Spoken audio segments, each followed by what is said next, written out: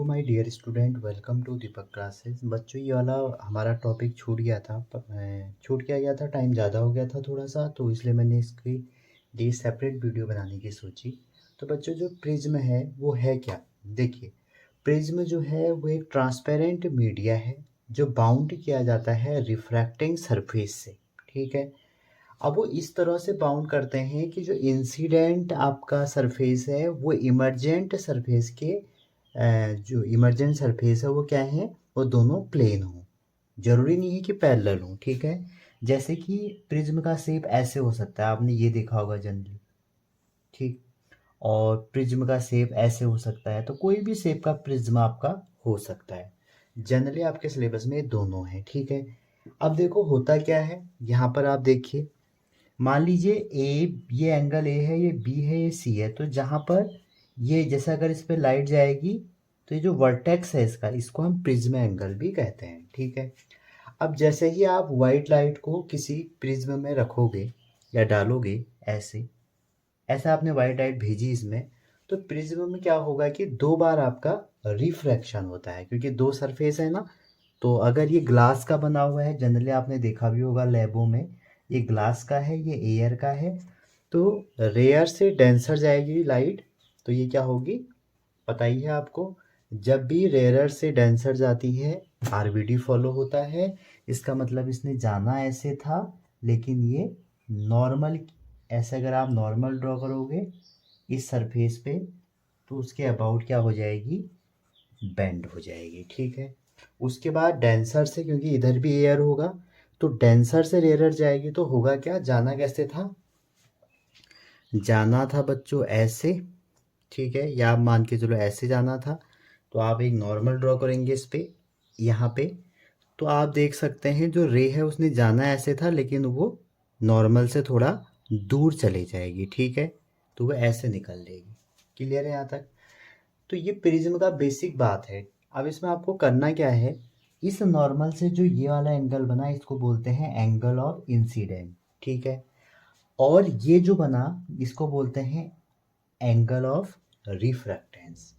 Second वाले case में जो ये वाला है, ठीक है, ये पूरा है, ये जो बनेगा, देखिए इसने जब भी ये डेंसर से रेयरर जाएगा तो करना क्या था, जाना था इसने लगभग लगभग ऐसे, लेकिन ये नॉर्मल से दूर हो जाएगी। तो जब दूर जाएगी नॉर्मल से, तो क्या कर लेंगे हम इसको, एंगल ऑफ इमरजेंट कहते हैं। ये जो नॉर्मल दो है, एंगल ऑफ इमरजेंस कह लीजिए। ठीक है। अब ये R1 है, इसको हम R2 ले लेते हैं। ये बहुत इंपॉर्टेंट चीज़ें हैं। जैसे ही आप ये दोनों डेविएट रे को मिलाओगे, जहाँ पर ये कट करेंगे इसको बोलेंगे एंगल ऑफ डेविएशंस। ठीक है। ये छोटी सी चीज़ें हैं इसके बारे में जो आपको आनी चाहिए। ठीक। अच्छा जी।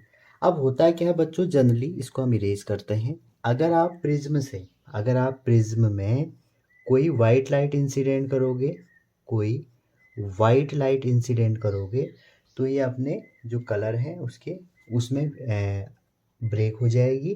और आपको पता होगा विब ग्योर करके, जो हमारा विब ग्योर करके ये ब्रेक हो जाती है। ठीक है।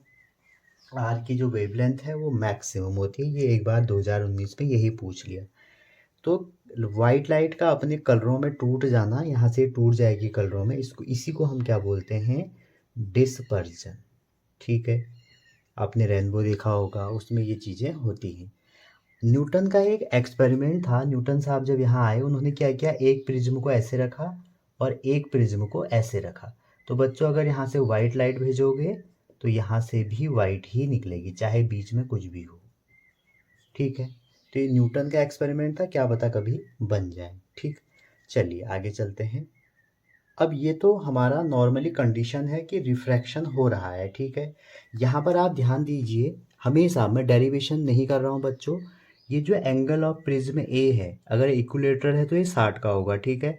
तो एंगल ऑफ ए जो होगा वो आपका, ये R1 दिया है, R2 दिया है, तो एंगल R1 प्लस R2 होता है। ये फॉर्मूले आपको ध्यान में रखने पड़ेंगे। ठीक है। वैसे तो डेरिवेशन है, लेकिन मैं यहाँ पे नहीं करा रहा। ठीक। अच्छा, ये जो एंगल है यहाँ पे, जब आपने ये वाली रे मिलाई, ये वाली मिलाई, तो इसको हम डेल्टा से दिखाते हैं, एंगल ऑफ डेविएशंस बोल सकते हैं इसको। तो आप क्या यहाँ पे ध्यान रखेंगे कि जो आई है आपका, ये है जिसको मैं I1 लिख रहा हूँ, प्लस जो ई है, मतलब दोनों बाहर के जो एंगल होंगे बच्चों, वो किसके बराबर होगा, वो प्रिज्म के angle plus angle of deviation के बराबर होता है। ये डेरिवेशन का दूसरा रिजल्ट है। तीसरा क्या रिजल्ट आ सकता है कि जो n है ये किस चीज़ का बना है, इसमें जो n निकालोगे आप, वो निकल के आएगा sine a plus delta m/2 upon में साइन a/2। तो आप यहाँ पे ये भी कह सकते हो सर, जो a प्लस डेल्टा m/2 है, आपने तो कहा था स्नेल्स लॉ क्या होता है, sine i over sine r। तो i की वैल्यू क्या हमारी ये हो गई, a प्लस डेल्टा m/2।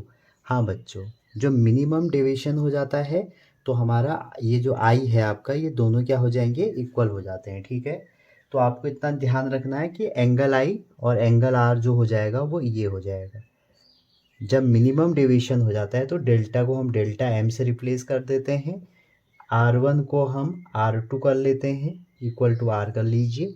तो जैसे आप ये वैल्यू यहाँ रखेंगे तो 2R आ जाएगा, तो R की वैल्यू क्या आ जाएगा, a/2। तो वही निकाल के हमने रख दी है। ठीक, और वैसे ही यहाँ पर देखेंगे, ये हो गया हमने क्या लिया, डेल्टा m लिया, तो a प्लस डेल्टा m हो जाएगा, और ये दोनों भी इक्वल हो जाते हैं, तो i 2i हो जाएगा। ठीक है, तो ये मिनिमम डेविएशन लगा के हम ये चीज़ें बताते हैं, ये बात आप ध्यान रखना। ठीक है, ये है हमारा एक छोटा सा डेरिवेशन, पूछा जाता है कई बार इससे रिलेटेड क्वेश्चन। ठीक, आगे जो प्रिज्म की थ्योरी है उसमें ये है, जो मिनिमम डेविएशन है, मतलब जो डेविएशन आपका आया ये दोनों रे को मिला के पीछे को, with respect to angle of incidence, तो मिनिमम डेविएशन पे जो ग्राफ आता है वो लगभग ऐसे आता है। ठीक है, ऐसे आएगा, और यहाँ पर जो ये पॉइंट है, यहाँ पर जो आपका I1 है वो E के बराबर हो गया, और इसके करस्पॉन्डिंग जो वैल्यू होगी वो डेल्टा m होगी। क्लियर है यहाँ तक, ये बात भी आपको ध्यान में रखना है। प्रिज्म क्या है, प्रिज्म एक ट्रांसपेरेंट मीडिया है जिसको बाउंड कर रहे हैं दो रिफ्रैक्टिव सरफेस, इस प्रकार से कि वो दोनों प्लेन हो। ठीक है, दूसरी बात, जो स्प्लिटिंग ऑफ लाइट है इसके कंपोनेंट में, उसको हम बोलते हैं डिस्पर्जन। क्लियर है यहाँ तक। अच्छा जी, न्यूटन के एक्सपेरिमेंट मैंने आपको बता दिए थे। उसके बाद ये कुछ फॉर्मूले हैं जो आपको ये तो ध्यान में रखना ही है, आपको ये दोनों भी ध्यान में रखने हैं। ठीक है, अब देखो बच्चों, प्रिज्म में जाने से पहले मैं थोड़ा सा पीछे जाता हूँ टोटल इंटरनल रिफ्लेक्शन में। ठीक है, अब मैंने कल 2 केस बनाए थे। मैंने आपसे कहा था कि जब एंगल, बीच वाला केस मैं आपको बता रहा हूँ, जब IC के बराबर हो जाए, मतलब क्रिटिकल एंगल हो जाए, R 90 हो गया, तो TIR की फेनोमेना होती है। तो बच्चों यहीं पर अगर ये चीज़ आप प्रिज्म में लगा दोगे, इसको बोलते हैं ग्रेजिंग इमर्जेंस। ठीक है, हमने 2 केस पढ़े थे, जो I अगर IC के बराबर हो जाएगा तो आपका ग्रेजिंग इमर्जेंस हो जाएगी। ठीक है, या आप बोल सकते हो क्रिटिकल एंगल के बराबर हो जाएगा तो ग्रेजिंग इमर्जेंस होनी तय है। क्लियर है यहाँ तक। अच्छा, अगर IC से ऐसा ये जो है ये TIR नहीं होगा, सॉरी, I अगर IC के बराबर हो जाएगा, R 90 हो जाएगा, तो इसको हम बोलते हैं ग्रेजिंग इमरजेंस। ठीक है, हमने वहाँ पढ़ा था कि अगर IC से बड़ा होगा, ठीक है, TIR कब होगा, जब लाइट डेंसर से रेयरर में जा रही हो, और IC से बड़ा है, मतलब जो एंगल ऑफ इंसिडेंट है वो क्रिटिकल एंगल से बड़ा होगा, तो उस कंडीशन में हमारी TIR होगी। क्लियर है। और वही बात है, अगर I आपका क्रिटिकल एंगल से छोटा हो गया तो आपका क्या होगा, रिफ्रैक्शन होगा। ये हम पीछे मैं आपको बता चुका हूँ रे ऑप्टिक्स की, अगर आप वो वीडियो नहीं देखी है तो आप उसे देख लीजिए, अगर नहीं भी देखना चाह रहे हो तो ये आपको पता होना चाहिए कि जो एंगल ऑफ इंसिडेंट है वो क्रिटिकल एंगल के बराबर नहीं होना चाहिए, तो ग्रेजिंग इमरजेंस हो जाती है, उसमें R 90 हो जाता है। ठीक है, अब जनरली इससे क्वेश्चन आते हैं बहुत ज़्यादा, चाहे आपके बोर्ड हो चाहे आपके नीट में हो। ठीक है, एक दो हम क्वेश्चन से समझते हैं चीज़ें कि कैसे हमको ये क्वेश्चन डील करने हैं। तो मैंने आपके लिए समरी बना दी। देखो, ये 3 कंडीशन हो गई, आपका आई जो है आईसी से अगर कम है, आईसी यहाँ पे क्रिटिकल एंगल है, ये बात आप ध्यान रखना। अगर क्रिटिकल एंगल से कम है तो आप कहोगे रिफ्रैक्शन होगा, बराबर है तो ग्रेजिंग इमरजेंस होगा, ठीक है। और आई अगर आईसी से बड़ा होगा तो टीआईआर होगा, ठीक है। टीआईआर मतलब उसी मीडियम में वापस। अब जब क्वेश्चन आएगा तो आपको 4 स्टेप फॉलो करने हैं। चेक आईसी, अगर आपको आईसी दिया है अच्छी बात है, अगर नहीं दिया है तो आप निकालोगे। कैसे निकालते हैं मैंने आपको परसों भी बताया था। एन इक्वल टू होता है 1/sin आई सी, ठीक है। आईसी है क्रिटिकल एंगल, तो यहाँ से आपको निकालना पड़ेगा। मोस्टली केस में आपको आईसी दिया रहेगा, ठीक है। उसके बाद नॉर्मल ड्रॉ करके आई निकालो, फिर चेक करो कंडीशन, ठीक। जैसे मैं आपको एक क्वेश्चन देता हूँ सबसे पहले, ठीक है। ये मैं अपने मन से दे रहा हूँ, फिर अभी नीट में आए हैं उनको फिर हम करने वाले हैं। मैं चाह रहा हूँ आपको ये आ जाए, ठीक। सबसे कठिन लगता है बच्चों को ये, पता नहीं क्यों। ये आपका एक राइट एंगल प्रिज्म है, आपको एंगल दिए हैं, ठीक है। और ये 45 दिया है, ये भी आपका 45 दिया है। और इसके लिए ये 90 हो जाएगा, ऑब्वियस बात है। इसके लिए जो क्रिटिकल एंगल है वो दिया है कि आपका आईसी जो है वो 42 है, ठीक है। जनरली ग्लास के लिए, अगर ये ग्लास का बना हुआ है तो इसका क्रिटिकल एंगल 42 ही आता है, ठीक। अच्छा जी, तो पूछ रहा है कि इसमें रे जो आई हमारी बच्चों, वो ऐसे आई, क्लियर है, ऐसे आई परपेंडिकुलरली। तो रे डायग्राम बनाइए आगे को, ठीक है। अभी नीट में कैसे क्वेश्चन आते हैं वो भी हम देखते हैं। तो मैंने आपसे क्या कहा, सबसे पहले आप देखो क्या आईसी दिया है। आपने कहा हाँ सर, पहला स्टेप तो आपका कंप्लीट हो गया, ये हमें लगाने की ज़रूरत नहीं पड़ी, ठीक है। जनरली ये दिया रहेगा, ठीक हो गया।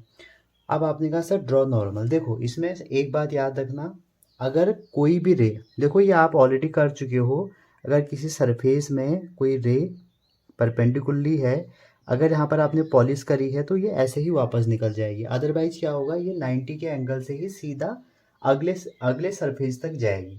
तो देखो मैं इसको रेड से बना रहा हूँ, चलो रेड नहीं ग्रीन से बनाता हूँ। तो यहाँ से ये जो आपकी रे है ये सीधा इस सरफेस पे जाएगी, ठीक है। अगर कोई 90 के एंगल से आ रहा है वो सीधा आगे सामने सरफेस पे जाएगा, ठीक। दूसरा स्टेप कंप्लीट, आई निकालना है। अब देखो, अब आपको नॉर्मल डालना है। अब इस सरफेस पे जो नॉर्मल होगा वो कैसे होगा,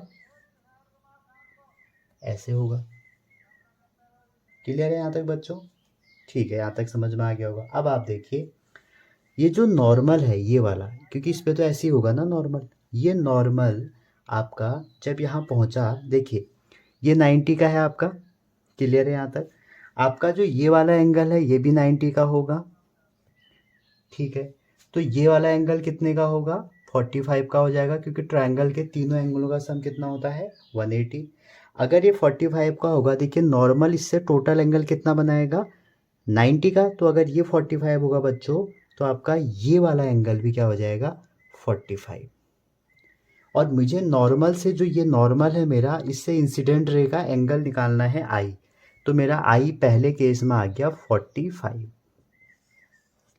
समझ रहे हो ना, इसमें खेल ही एंगल का है। आपको बस एक तो ट्रायंगल के 3 एंगलों का सम आना चाहिए, 180 होता है। दूसरा आपको आना चाहिए बच्चों क्या, अल्टरनेट एंगल, करस्पॉन्ड एंगल, थोड़ा बहुत देख लेना इनके बारे में, ठीक है। या लास्ट में मैं ही बता दूंगा। अब ये 45 है, बताइए क्या 42 बड़ा या 45 बड़ा। तो आप कहोगे सर यहाँ पर आई बड़ा आ गया, आई बड़ा आ गया मतलब टी आई आर, समझ रहे। तो मतलब ये लाइट इसी मीडियम में वापस हो जाएगी। तो कहाँ को जाएगी, यहाँ से ये लाइट, इसको हटाते, यहाँ पहुँच जाएगी। अब आप फिर देखिए ये लाइट जब इस पे आएगी सीधा, कितने से आई, 90 के एंगल से, तो सीधा बाहर निकल जाएगी। समझ रहे हैं यहाँ तक, कोई दिक्कत तो नहीं हुई। चलिए दूसरा एग्जाम्पल लेते हैं, बस समझना है आपको, इसके बाद हम सीधा क्वेश्चन में ही जा रहे हैं। ये ग्रेजिंग इमरजेंस वाला कंसेप्ट में डालूंगा अभी इसमें। मान लो ये है, अगेन वही, ये 90 है, इसको मैं बदल दूँ, 30 ले लेता हूँ, इसको 60 ले लेता हूँ। आपने एक रे ऐसे भेज दी, ठीक है। आपसे कहा कि रे डायग्राम इसका ड्रॉ करो, क्लियर है यहाँ तक। आपको सबसे पहले क्या करना है, ये 90 से है तो ये 90 एंगल से सीधा अंदर घुस जाएंगे, ठीक है। अच्छा जी, आपने कहा सर नॉर्मल ड्रॉ करें, हाँ। अच्छा आप कहोगे सर सी क्या दिया है, आईसी, आईसी अगेन यहाँ भी 42 ही दिया है, ग्लास का ही बना है प्रिज्म, ठीक है। तो ये आपने नॉर्मल बना दिया। आपने कहा सर एंगल, ये 90 होगा तो ये भी 90 होगा। 90 और 30 कितने हो गए? 120। अगर 90 30 120 हो गए तो बचे कितने? 60। तो आपने कहा सर जो ये वाला एंगल हो जाएगा ये हो जाएगा 60 डिग्री। मैंने कहा ठीक कह रहे हो। अब आप बताइए टोटल जो ये नॉर्मल इससे एंगल बनाएगा ये बनाएगा 190 का। 60 ऊपर हो गया तो बचे कितने? 30। तो ये वाला एंगल कितने का हो गया? 30 का। और नॉर्मल से जो ये रे बनाएगी वही हमारा क्या होता है? आई। तो आई क्या आ गया यहाँ पे? 30। यहाँ पर मैंने आई को बड़ा बना दिया था आईसी से, तो लाइट उसी मीडियम में वापस आ गया था, टीआईआर फॉलो हो गया था। यहाँ पर आई आपका हो गया है छोटा, और छोटा हो गया तो आपको पता है रिफ्रैक्शन। ये है ग्लास, यहाँ है एयर, और यहाँ है एयर। तो लाइट जब ग्लास से एयर में जाएगी, देखो रिफ्रैक्शन हो रहा है तो क्या होगा? लाइट बाहर निकल जाएगी ऐसे। ठीक है, जब डेंसर से रियलर में जाती है तो अवे फ्रॉम द नॉर्मल जाती है। दो केस समझ में आ गए, किसी को कोई दिक्कत नहीं हो रही होगी? ठीक है, अच्छा जी, एक और करते हैं फिर। लो भैया, अब ऐसे बना दिया मैंने, ठीक है, थोड़ा सा अलग बना दिया डायग्राम। और आपकी जो रे है बच्चों अभी वो ऐसे आई है, और ये जो एंगल है ये वाला 42 दे दिया मान लो। ठीक है, और आईसी भी 42 दिया है। अगेन ग्लास ही ले रहा हूँ मैं क्योंकि ग्लास ही देते हैं बार बार, और ये 90 एंगल। अब आप देखिए अगेन वही, ये एयर है ये ग्लास है अंदर। ठीक है, अब जैसे ये जाएगी आपने क्या करना है? नॉर्मल ड्रॉ करना है। ये इसका तो परपेंडिकुलर नॉर्मल ये होगा। अब आप खुद ही बताओ, नॉर्मल बनाता है इससे 90 का एंगल, तो ये पूरा 90 होना चाहिए ना। तो ये 42 है तो बचे कितने? 48। तो ये वाला जो एंगल है क्या आ जाएगा? आई आ जाएगा। तो पहले आई इक्वल टू आ गया 48। तो आप कहोगे सर जो आपका आई आया वो तो बड़ा आ गया आईसी से, तो क्यों ना हम टी आई आर कर लें? मैंने कहा हाँ कर लो। तो आप क्या करोगे? यहाँ से लाइट को सीधा बेंड करोगे जहाँ भी टकराएगी, तो यहाँ से मान लो यहाँ बेंड हो गई। ठीक है, ऐसे करोगे, ये नहीं कि नीचे आ रही है यहाँ पर बेंड हो रही है, इधर इस सरफेस में होगी ना कहीं। जब कोई लाइट ऐसे जाएगी तो आप उसको इस साइड को तो बेंड करोगे ना ऐसे। ये आ गया। ठीक, अब फिर नॉर्मल ड्रॉ करो। पहला केस हो गया, ठीक है जी। अब दूसरा केस बनाते हैं। अब इस सरफेस पे फिर हमने एक नॉर्मल बनाया, ये नॉर्मल हो गया। क्लियर है यहाँ तक? ये है आपका 90। ठीक है जी, ये है आपका 48। देखो आई यहाँ पर 48 है, तो जो आर होगा ये भी 48 होगा, और ये 48 होगा तो भाई साहब ये भी 48 हो जाएंगे, क्योंकि ये कौन से एंगल बन गए? ऐसे वाले। तो ये और ये सेम होते हैं। तो जब ये 48 हो जाएगा तो आप कहोगे सर ये वाला जो होगा ये 42 हो जाएगा। कैसे? टोटल एंगल 90 का होगा, ये 48 है तो ये 42। थोड़ा बहुत एंगल आना चाहिए, अभी मैं लास्ट में आपको एंगल भी बता दूंगा। ठीक, अब आप देखिए आपका आई क्या है? 48 या 42? आपका है 42। कैसे? नॉर्मल से आपको इंसिडेंट का एंगल देखना है, ये थोड़ी है नॉर्मल, समझ रहे हैं? तो आई किसके बराबर हो गया? आई सी के। तो कौन सी कंडीशन? ग्रेजिंग। तो ग्रेजिंग में क्या होगा? तो फिर वो बाउंड्री के सहारे ही निकल के बाहर जाएगा। ठीक है, तो तीनों केस मैंने आपको बता दिए, कभी हम डिस्कस में करेंगे इनको, और डिस्कस में जब हम कभी ऑप्टिक्स पढ़ेंगे। फिलहाल हम अभी नीट के क्वेश्चन कर रहे हैं तो उस हिसाब से इतने काफ़ी हैं। चलिए पहला क्वेश्चन डिस्कस करते हैं, 2022 में आया है। ठीक है, आशा करता हूँ आपको पहली वाली चीज़ें समझ में आई। चलिए क्वेश्चन है, तो क्वेश्चन क्या है देखिए। क्वेश्चन 2021 का है, सॉरी 22 का नहीं है। क्वेश्चन है कि एक प्रिज्म दिया है आपको और find the angle of emergence, तो आपको रे डायग्राम बनाना आना चाहिए। तो सबसे पहले क्या होगा, मैं आपसे अगर बताऊं, ये रे घुसेगी सीधा अंदर क्योंकि 90 पर आ रही थी। तो जैसे ही अंदर जाएगी, आप बताइए यहाँ पर ये यहाँ पहुँचा, ठीक है। अब जैसे ही ये रे यहाँ पहुँचेगी इस वाले फेस पे, यहाँ पर आप मुझे बताइए आई कितना होगा और आर कितना होगा। क्लियर है यहाँ तक? यहाँ पर आपका जो आई होगा, नॉर्मल से आई और आर एक ही में है, नॉर्मल भी इसी अबाउट होगा, तो आई भी 90 हो जाएगा और आर भी 90 हो जाएगा। तो जैसे ही यहाँ पहुँचेगी तो यहाँ पहुँचने पर आप दोबारा नॉर्मल डालेंगे। ठीक है, तो दोबारा नॉर्मल डालने में क्या आ जाएगा बच्चों, बताइए आप ही। नॉर्मल डाला तो ये वाला जो एंगल हो जाएगा मान लो R2 है, ठीक है, और यहाँ से फिर ये जो एंगल बाहर निकलेगा पहले तो आपको चेक करना पड़ेगा ये बाहर आएगा भी या नहीं, समझ रहे। तो ये जो हमारा रिफ्रैक्टिव इंडेक्स है ये अगेन कितना हो गया 1.5, √3 दिया है, तो इसके लिए क्रिटिकल एंगल की वैल्यू होती है 42। ठीक है, अरे अरे इसमें तो गलती है ना, आई और आर तो दोनों ही 0 0 हो जाएंगे ना, 90 कहाँ होंगे, 90 थोड़ी बना है, 90 एंगल तो ये बनता है ना। ठीक है, सीधा होगा ना ऐसे करके 90 एंगल, आई और आर एक दूसरे में पैरेलल आ जाएंगे नॉर्मल के, तो 0 0 ठीक हो गया। अब आप देखिए अगर ये एंगल ए है, ये बी है, ये सी है, ठीक है, तो आपको करना क्या है, आपको निकालना है यहाँ पर एंगल ऑफ इमरजेंस, तो इसका मतलब है बाहर ही निकला होगा, हम क्यों करें चेक। ठीक है, आप चाहे तो चेक कर लें, ये बाहर निकल जाएगा, ये वाला एंगल आपको निकालना है, इसी को हम एंगल ऑफ इमरजेंस तो तभी कहते हैं ना जब बाहर निकलता है। आप चाहें तो चेक कर लें, आप यहाँ से क्रिटिकल एंगल दिया है, आप वैल्यू निकाल सकते हैं। देखिए अब देखो ये है 90 का, ठीक है, और डायग्राम में ये वाला जो एंगल है ये दिया है 60 का, तो ये कितने का हो जाएगा 30 डिग्री का। आपको मैंने अभी भी बताया था कि जो ये वाला एंगल है R1 कर लो, इसको R2 कर लो, एंगल A इक्वल टू क्या होता है R1 प्लस R2। ए कितना है जी, ए है आपका कितना 30, R1 कितना है 0, R2 कितना है ये, तो R2 कितना आ गया 30 डिग्री। अब इस इंटरफेस पे आप स्नेल्स लॉ लगा दीजिए। स्नेल्स आप कहते हैं कि sine I over sine r equal to n/1।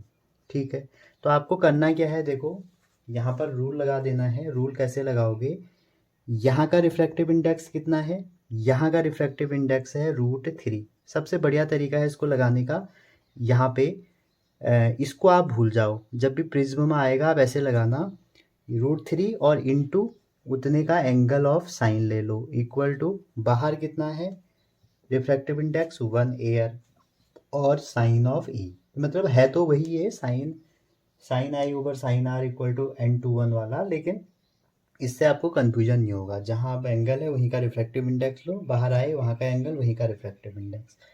ये हो गया। R2 की वैल्यू कितनी आई 30, तो √3 इंटू साइन 30 होता है आपका कितना 1/2 इक्वल टू साइन ई, तो करेक्ट ऑप्शन कितना हो जाएगा 60 डिग्री।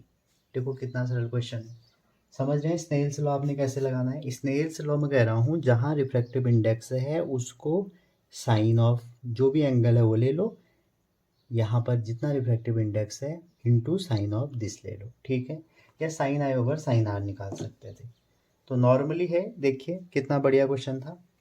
चलिए अगला चलते हैं।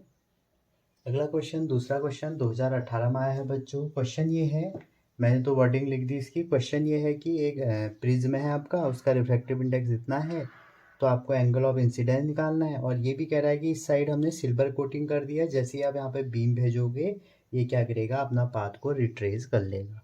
ठीक है, तो फिर वही बात देखिए, आपने अगर इसको देखें तो एक नॉर्मल ड्रॉ कर दिया, तो ये तो हो जाएगा मेरा एंगल ऑफ इंसिडेंस। ठीक, अब आप देखिए फॉर रिट्रेस पाथ, अगर ये यहाँ पहुँचेगा, यहाँ से यहाँ पहुँचेगा तो रिट्रेस करेगा पाथ। ठीक है, तो रिट्रेस करेगा तो आप कहेंगे जो एंगल है मेरा, ये आई लिया मैंने, ये कैसे जाएगा, मान लो ये यहाँ पहुँचेगा, फिर ये यहाँ से वापस आ जाएगा। रिट्रेस करने का मतलब ये हो गया, तो एंगल ए इक्वल टू मैंने क्या किया था R1 प्लस R2, तो इसका मतलब हो जाएगा R1 प्लस R2, तो रिट्रेस करेगा तो R equal to R plus 0 हो जाएगा, और R की वैल्यू कितनी आ जाएगी 30 आ जाएगी। ये मेरा R है, ये वाला जो है ये R है, R 30 आ जाएगा। तो स्नेल्स लॉ लगा दीजिए। स्नेल लॉ लगाने का मैंने आपको तरीका बता दिया। जहाँ का रिफ्रैक्टिव इंडेक्स 1, तो 1 into sine of i equal to यहाँ का refractive index √2 sine of R निकाल लिया आपने 30, तो हो जाएगा √2 इंटू 1/2 इंटू साइन आई, तो सॉल्व करिए 45 आ जाएगा, क्योंकि इससे कट जाएगा 1/√2, और 1/√2 कितना होता है साइन 45। ठीक है, समझ में आया ना क्वेश्चन। आप यहाँ से गए, यहाँ वो कह रहा है कि ये सीधा इस पर ऐसे इंसिडेंट है, जैसे ही इंसिडेंस इस पे है तो इसके बाद ये जैसे यहाँ टकराता है अपना पाथ रिट्रेस कर लेता है, तो भैया आर कितना हो जाएगा 90। अभी मैंने स्टार्टिंग में आपको ये फॉर्मूला बताया था, अगर ये R1 है या R2 है तो R2 कितना हो जाएगा 0। R2 0 हो जाएगा तो हमारा एक R आ जाएगा। ठीक है, R1 कर लो तब भी इसको, तो R1 जैसे आएगा तो आप यहाँ पे रख दीजिए, आंसर आ जाएगा। समझ रहे?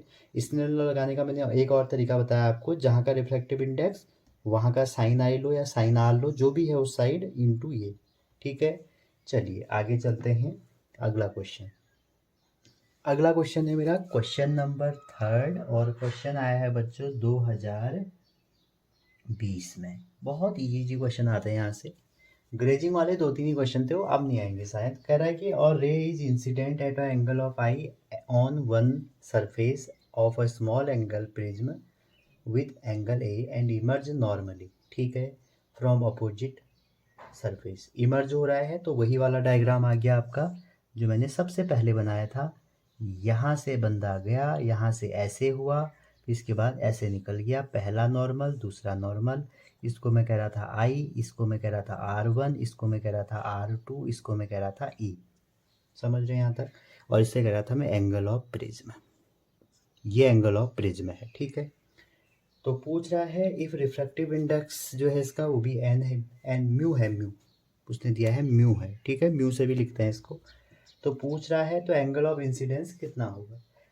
अब देखो यहाँ पर कह रहा है, यहाँ पर आपसे क्या कहा कि लाइट रे इमर्ज नॉर्मली। ठीक है, ये हमारा जनरल डायग्राम था। उसने कहा है कि इमर्ज नॉर्मली, नॉर्मली का मतलब ये हो गया जो आपका R2 है वो कितना आ जाएगा 90 आ जाएगा। 90 क्यों 0 आएगा, आज मेरे को बता दी 90 का क्या हो रहा। क्योंकि जो ये इमर्ज है हमारा वो कैसे हो जाएगा, वो नॉर्मल के अलोंग हो जाएगा। ठीक है, तो R2 0 आ जाएगा।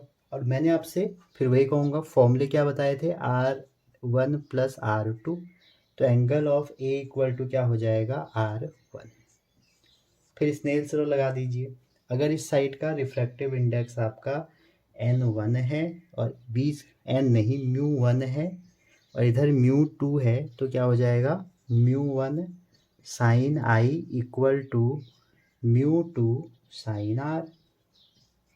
ठीक है जी, ये मैंने लगा दिया। तो जैसे ही मैंने ये लगाया तो आप कहोगे सर आर की वैल्यू तो आपने ये निकाली, R1 हो गई, तो μ1 sine I equal to μ2 sine A.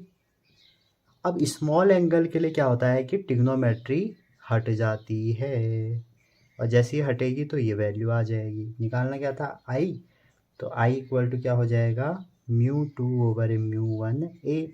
अब आप ध्यान दें μ1 आपको 1 दिया है, एयर है।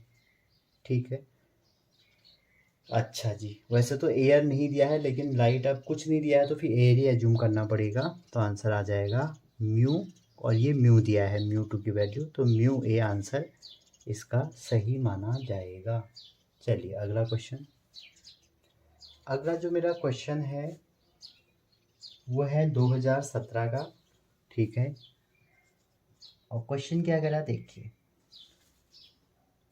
और thin prism having refracting angle, तो प्रिज्म का जो रिफ्रैक्टिंग एंगल है वो कुछ दिया है आपको, is made of glass of इतना, this prism combined with another thin prism of refractive index इतना, this combination produce dispersion without deviation, the refractive angle of second prism is. तो बच्चों देखो दो चीज़ें होती हैं यहाँ पर, पहले उसको समझिए।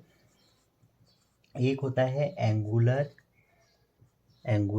डिस्पर्जन। तो एंगुलर डिस्पर्जन जो प्रिज्म का होता है वो क्या होता है, वो ये होता है कि जो दो एक्सट्रीम कलर हैं वॉयलेट और रेड, उसके बीच का डिफरेंस।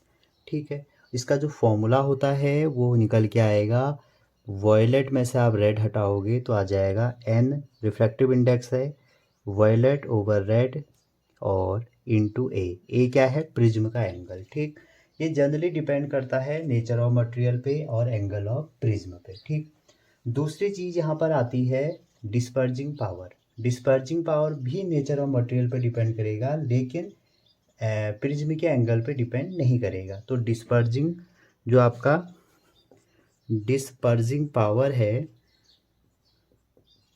ये भी प्रिज्म में डिफाइन है। इसका जो फॉर्मूला है वो है angular dispersion angular dispersion over mean deviation, ये इसका फॉर्मूला है।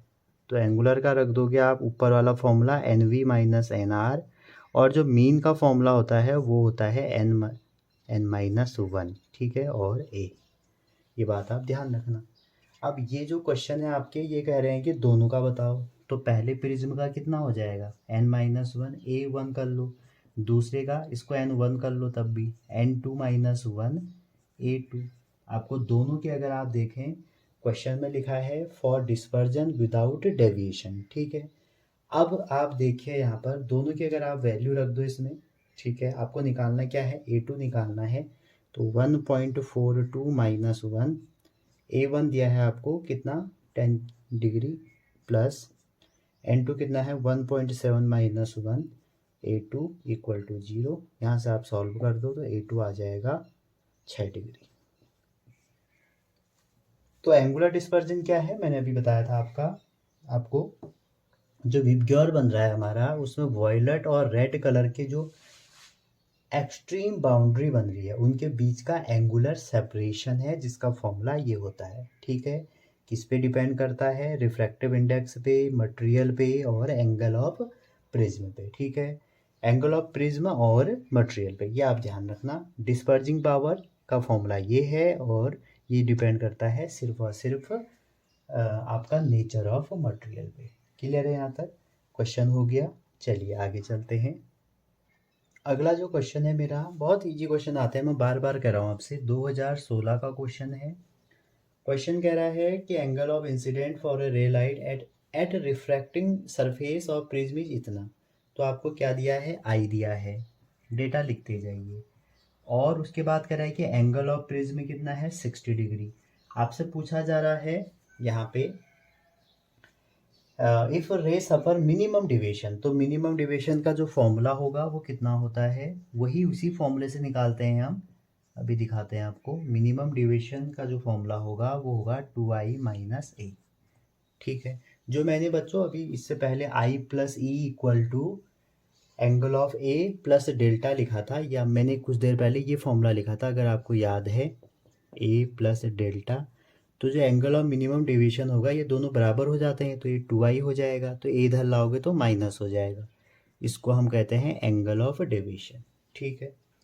अच्छा, तो आई आई को अगर आप इक्वल कर दोगे ना, आई और ई को, तो 2i हो जाएगा, और ए इधर आएगा तो डेल्टा एम बन जाएगा। पूछ क्या रहा आपसे, पूछ रहा है रिफ्रैक्टिव इंडेक्स से कितना होगा। एक फॉर्मूला हमने भी और देखा था, refractive index equal to sine A plus delta M by 2 upon में साइन ए बाई 2। अगर आपको ध्यान रहे इसको आप निकाल सकते हो। 2i हो जाएगा आपका 90, 90 में से 60 घटाओगे 30 आ जाएगा। और वैसे ही यहाँ पर आप देखो 60 हो गया, ठीक है, डेल्टा एम आ गया, यही आपका डेल्टा एम है, तो 30 ये हो गया, 60 हो गया, 90, 90 का आधा हो गया 45, तो साइन 45 ये हो गया, साइन 30 नीचे हो गया।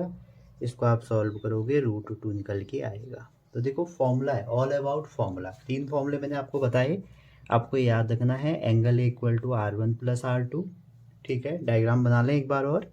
ये ए है, ये बी है, ये सी है, लाइट आई, पहला रिफ्रैक्शन दूसरा रिफ्रैक्शन, पहला नॉर्मल ये आई है, दूसरा नॉर्मल ये ई है, ये R1 है, ये R2 है, ठीक है। ये एंगल ऑफ प्रिज्म है। इसको अगर आप थोड़ा आगे को मिलाओगे ऐसे, ये एंगल ऑफ डेविएशन है। अच्छा, ये बन गया। दूसरा हमने बनाया था कि आई बाहर बाहर वालों को जोड़ लो, और एंगल ए प्लस डेल्टा, ये आपको ध्यान में रखने हैं।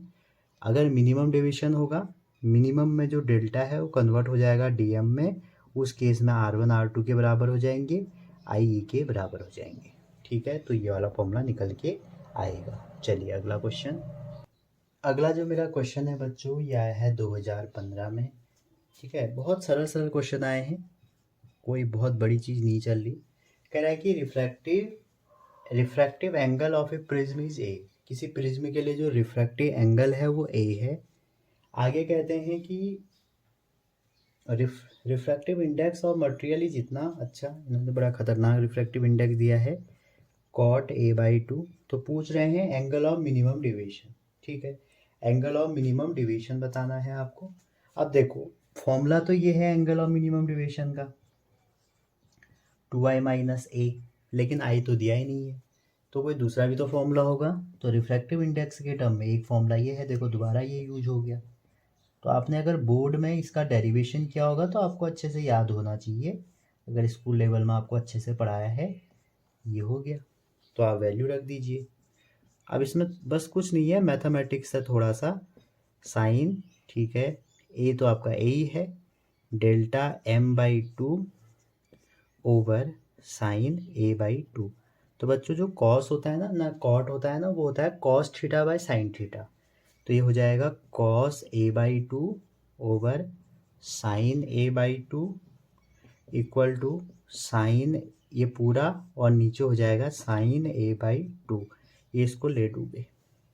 अच्छा इसको आप सॉल्व करोगे ना, इस कॉस को भी साइन में बदल लो, तो हो जाएगा साइन 90 माइनस a/2।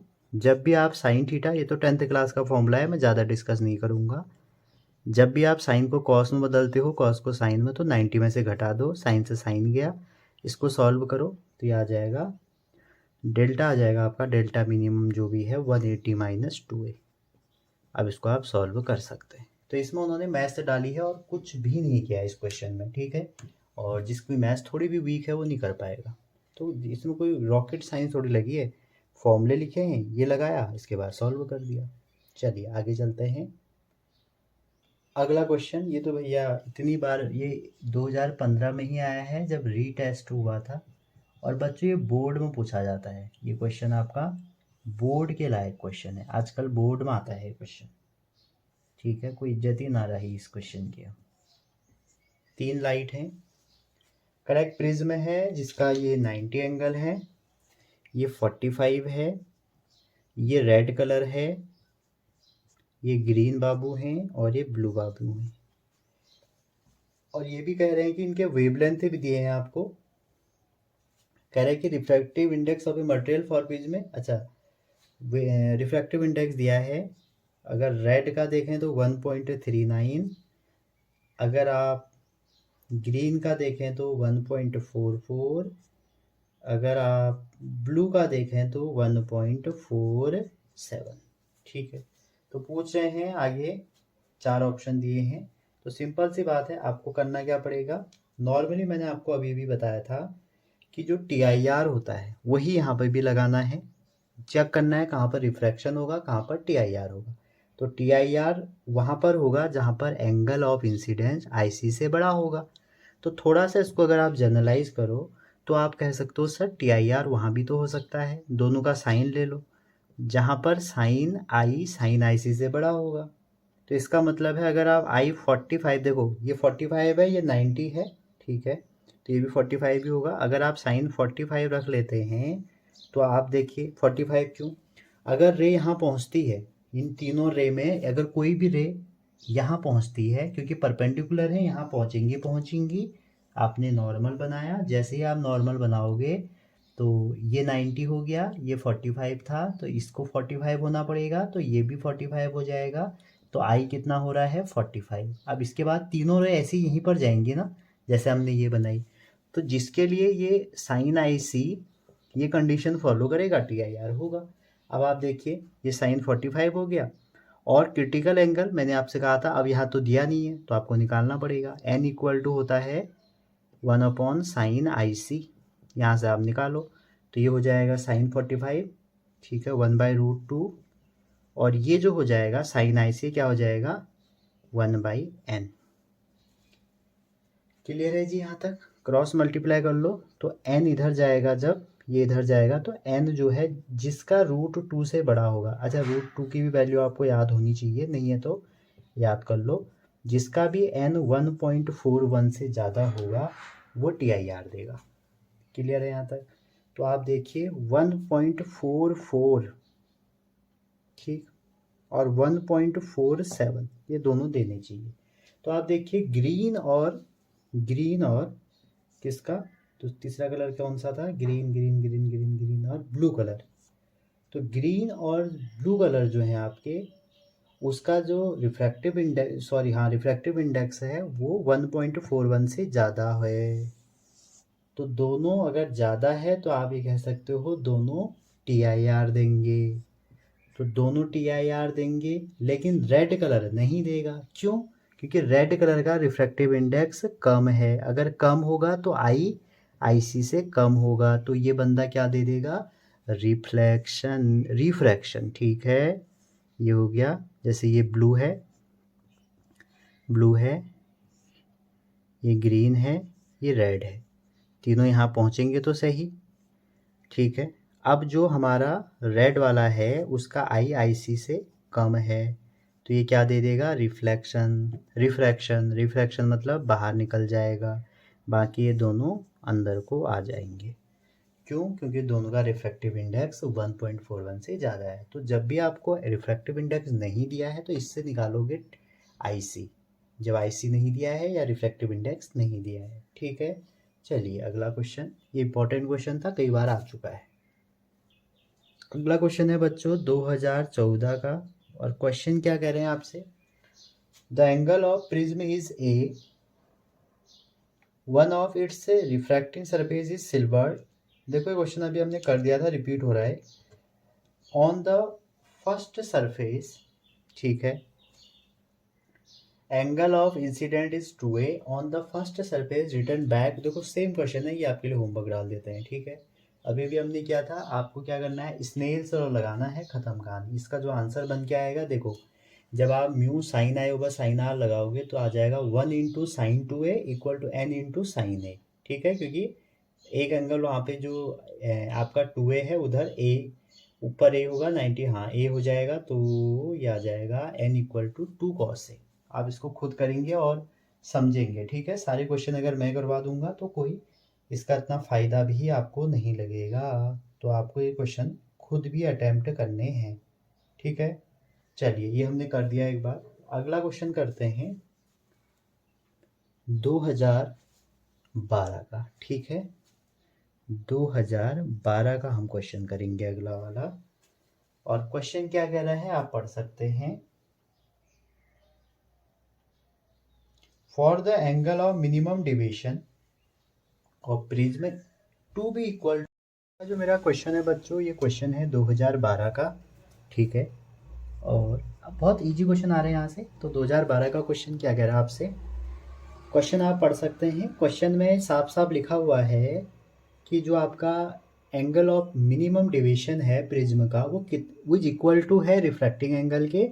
तो prism must be made of material whose refractive index क्या। ठीक, तो आप देखिए जो मेरा डेल्टा मिनिमम है, ठीक है, वो मैंने आपको बताया, वो होता है angle of incidence, angle of emergence minus prism angle, ये होता है। अब आप देखिए आपको क्वेश्चन में क्या दिया है कि जो डेल्टा मिनिमम है ये गिवन है, ये एंगल ऑफ प्रिज्म के बराबर है। ठीक, मैं ए ले रहा हूँ एंगल ऑफ प्रिज्म, जनरली मेरा ये वाला सरफेस है, आप इसको ध्यान रखिए।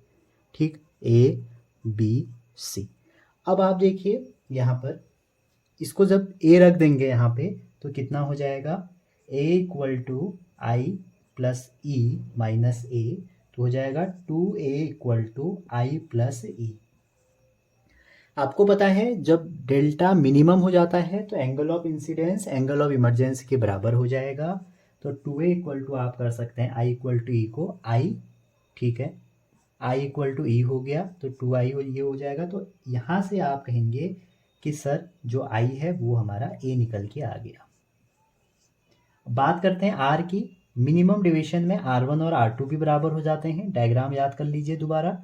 ये हो गया पहला नॉर्मल, तो ये I है। दूसरा नॉर्मल ये E है, ये R1 है, ये R2 है, तो ये भी बराबर हो जाएंगे R के। तो एंगल ऑफ A जो हो जाएगा वो क्या हो जाएगा? वो होता है R1 प्लस R2, तो आप कह सकते हैं 2R हो जाएगा। समझ में आ गया यहाँ तक?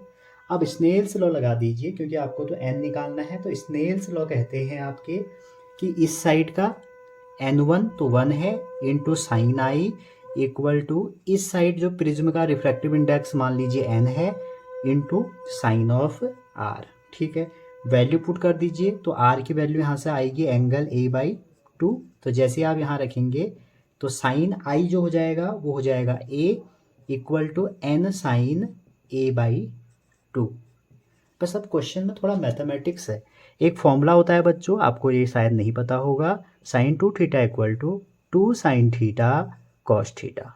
तो यहाँ से साइन थीटा कितना आ जाएगा, यहाँ से आ जाएगा, ये क्लास 11th का फॉर्मूला है, तो इसको आप ध्यान में रखिएगा, ये आ जाएगा। तो ये साइन थीटा को अगर आप ओपन करोगे तो हो जाएगा 2 sine a/2 cos a/2 equal to n sine a/2। तो साइन a/2 इसको ले डूबे, तो जो हमारा 2 कॉस a/2 ये निकालना है। अब आप देखिए आपका बन जाएगा 2 cos a/2 equal to n। अब आपसे पूछा है कि कितनी वैल्यू होगी। देखिए यहाँ पर आप देखिए जो एंगल ऑफ इंसिडेंस है, अगर a आपका 90 होता है, a अगर 90 होता है तो i क्या हो जाएगा, मिनिमम हो जाएगा। ठीक है, तो n मिनिमम कितना हो जाएगा, कॉस 90/2 45 हो जाएगा, 45 मतलब n मिनिमम आ जाएगा √2। और वहीं अगर आप बात करें, आपसे पूछा गया था इसमें से मिनिमम, अच्छा कहाँ पर लाई करेगा, तो करेक्ट ऑप्शन क्या हो जाएगा, 2 और √2 के बीच में। 2 कैसे आया, अगर आप यहाँ पर साइन मैक्सिमम देखें तो a अगर आप 0 डिग्री रखते हैं तो i आ जाएगा मैक्सिमम, तो इसका मतलब हो जाएगा 0, तो n की वैल्यू आ जाएगी 2। ये बहुत बढ़िया क्वेश्चन था, ये आपका 2012 में पूछा था। ठीक है, चलिए अगला क्वेश्चन। अगला क्वेश्चन भी 2012 का है और ये प्री में पूछा गया था।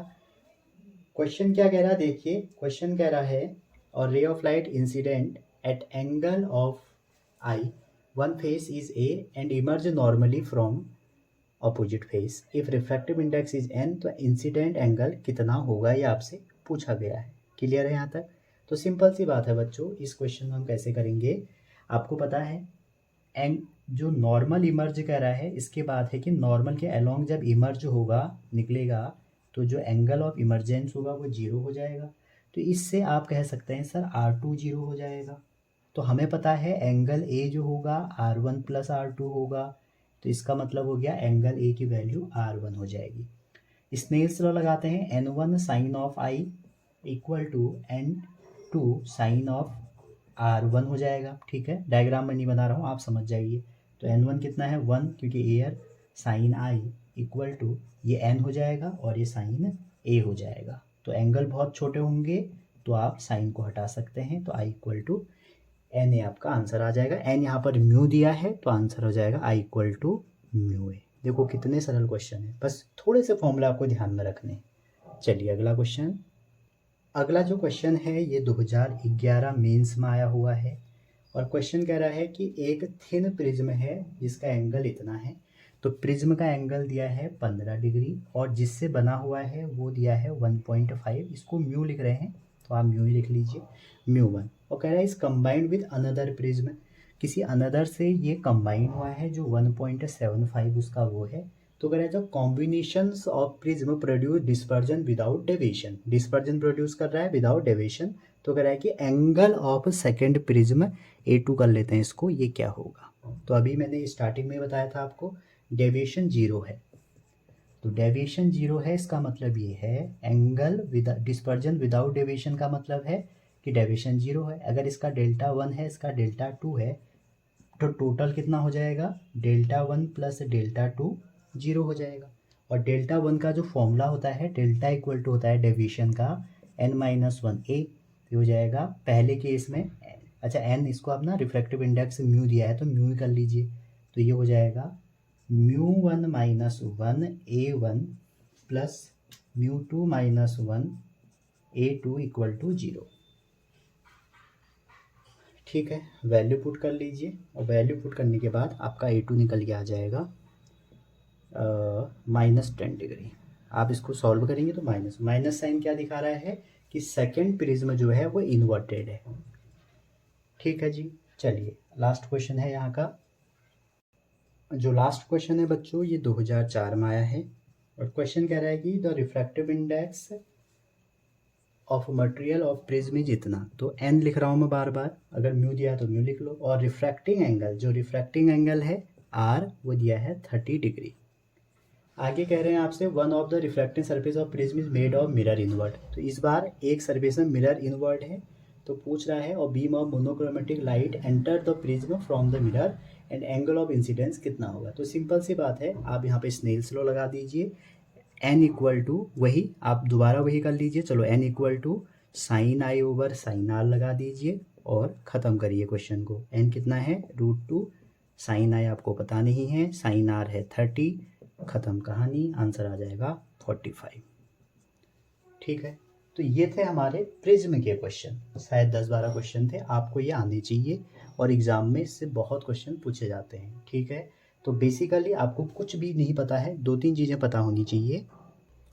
तो आपको क्या पता होना चाहिए, देखिए ये लाइट है इंसिडेंट हुई, ठीक है, इधर एयर है, इधर ग्लास है या कोई भी मटेरियल है जो भी जिससे प्रिज्म बना है, इधर भी एयर है। ये एंगल ऑफ इमरजेंस है, ये पहले सरफेस से R1 है, ये R2 है, इनको अगर आप आगे को मिलाओगे ये है एंगल ऑफ डेविएशन। ठीक, इतना आपको पहले पता होना चाहिए। दूसरा आपको क्या पता होना चाहिए कि जो एंगल ए है इसका रिलेशन R1 + R2 होता है, और वहीं आपको ये पता होना चाहिए कि I + E ये और ये किसके बराबर होते हैं, ये आपके बराबर होते हैं बच्चों, ये आपके बराबर होंगे angle of A plus delta. ये बात आपको ध्यान रहनी चाहिए। इसके बाद मिनिमम डेविएशन की कंडीशन, ठीक है, मिनिमम डेविएशन की कंडीशन में आप कहेंगे कि जो R1 है वो R2 के बराबर हो जाता है, तो यहाँ से हमारा R जो निकल के आएगा वो a/2 निकल के आएगा, और I E के बराबर हो जाता है, तो यहाँ से I जो निकल के आएगा वो a + Δm/2 हो जाएगा। डेल्टा एम यहाँ पे डेल्टा जो है डेल्टा एम में कन्वर्ट हो जाता है। तो इसी से हमारा एक फॉर्मूला निकल के आता है, refractive index equal to sine I over sine r. I की वैल्यू आप उठा के रख दीजिए, तो sine A plus Δm/2 upon में साइन a/2। ठीक है, अच्छा जी, कई बार स्नेल्स लॉ लगाना पड़ता है। अगर इधर n1 है इधर n2 है तो आप कह सकते हैं कि n1 into sine I equal to n2 है, तो n2 equal to sign R1। Similarly यह n2 है, ये n1 है, आप कह सकते हैं sir n2 sine R2 equal to n1 sine of E। तो ये आप लगा सकते हैं। ठीक, अच्छा, अगर ये कह रहा है विदाउट डेविएशन, तो विदाउट डेविएशन का मतलब ये है डेल्टा इक्वल टू 0। अच्छा, डेल्टा अगर आप ये बहुत स्मॉल एंगल कर देंगे तो यहाँ से जो डेविएशन का फॉर्मूला आ जाएगा डेल्टा m n-1 a होता है। ठीक है, क्लियर है यहाँ तक। तो यही फॉर्मूले थे जहाँ से आपके सारे क्वेश्चन होने वाले हैं। अच्छा, एक वर्ड और लिखा आता है बहुत बार क्वेश्चन में, नॉर्मली इमर्ज। तो नॉर्मली इमर्ज का मतलब ये हो गया ई आपका 0 और ई आपका 0, ई नहीं R2 आपका 0 हो जाएगा। ठीक है, चलिए ख़त्म करते हैं इस सेशन को। कल को हम, परसों को हम, कल नहीं परसों इन द सेंस की आज हैं आपकी 24 हैं, तो 26 को बच्चों आपको मैं कंप्लीट वेव ऑप्टिक्स, ये एक 1 शॉट वीडियो जिसमें ह्यूगेन्स इंटरफेरेंस, डिफ्रैक्शन एंड पोलराइजेशन को डिस्कस करेंगे। चैनल पर नए हैं, लाइक शेयर सब्सक्राइब करना ना भूलें, और अगर कोई आपको चीज़ें समझ में नहीं आई हैं आप वो कमेंट करके बताइए। ठीक है, और वैसे इसमें बहुत ज़्यादा है। अगर मैं आपको इस टॉपिक में बताऊं बच्चों, एंगुलर डिस्पर्जन के बाद हमने डिस्पर्जिंग पावर पढ़ी थी। डिस्पर्जिंग पावर होती है angular dispersion over mean deviation. ठीक है, अच्छा, मीडिया भी अगर आप देखोगे यहाँ पर 2 तरह की मीडिया होती है। ठीक, वैसे तो सिलेबस बहुत ज़्यादा है ना, मैं ये पूरा जो चैप्टर करा रहा हूँ ये करवा रहा हूँ चैप्टर वाइज PYQ के कॉन्टेक्स्ट में। ठीक है, अगर आप मीडिया को, अगर एक टॉपिक इसमें और है छोटा सा, जो मीडिया है वो भी 2 तरह का होता है, डिस्पर्जिंग मीडिया और नॉन डिस्पर्जिंग मीडिया। डिस्पर्जिंग मीडिया वो होते हैं जिसमें वाइट लाइट पास कर सकती है, और नॉन डिस्पर्जिंग में वाइट लाइट पास नहीं करती। डिस्पर्जिंग के लिए जो रिफ्रैक्टिव इंडेक्स है वो वेवलेंथ पे डिपेंड करता है, नॉन डिस्पर्जिंग के लिए नहीं करता है। ठीक है, तो डिफरेंट कलर ऑफ जो लाइट हैं वो ट्रैवल करेंगे डिस्पर्जिंग मीडिया में डिफरेंट स्पीड से। ठीक है, और नॉन डिस्पर्जिंग में सेम स्पीड से ट्रैवल करती हैं। अगर आपसे कोई एग्जांपल पूछे, जैसे क्वांटर्स और ग्लास जो हैं आपके, वो एग्जांपल हैं डिस्पर्जिव के, और वहीं डिस्पर्जन इन वैक्यूम जो है वो नॉन डिस्पर्जिव के एग्जाम्पल हैं। ये थोड़ा बहुत थ्योरेटिकल बातें थी एनसीईआरटी में, मैंने ये भी बता दी। चलो ठीक है, ध्यान में रखना ये चीज़ें। तो मिलते हैं बच्चों 27 को एक बहुत बढ़िया कंसेप्ट के साथ। तो मैं आपसे बार बार कहता हूँ अपना वैल्यूबल फीडबैक ज़रूर दें। आपको क्या समझ में आया, क्या नहीं आया, क्या सुधार की मेरे को ज़रूरत है, क्या आपको ज़रूरत है, क्या आपके लैक पॉइंट हैं, ये सारी चीज़ें आप कमेंट कर सकते हैं। ठीक है, और मैं आपसे इन चीज़ों पे बाद में डिस्कस करेंगे। ठीक है, चलिए थैंक यू वीडियो देखने के लिए। Wishing all the best. अगर आप अच्छे से मेहनत करेंगे तो आपको तो एक ही सीट निकालनी है, चाहे सीट 1000 ही क्यों ना हो। ठीक है, अपने पे भरोसा कीजिए।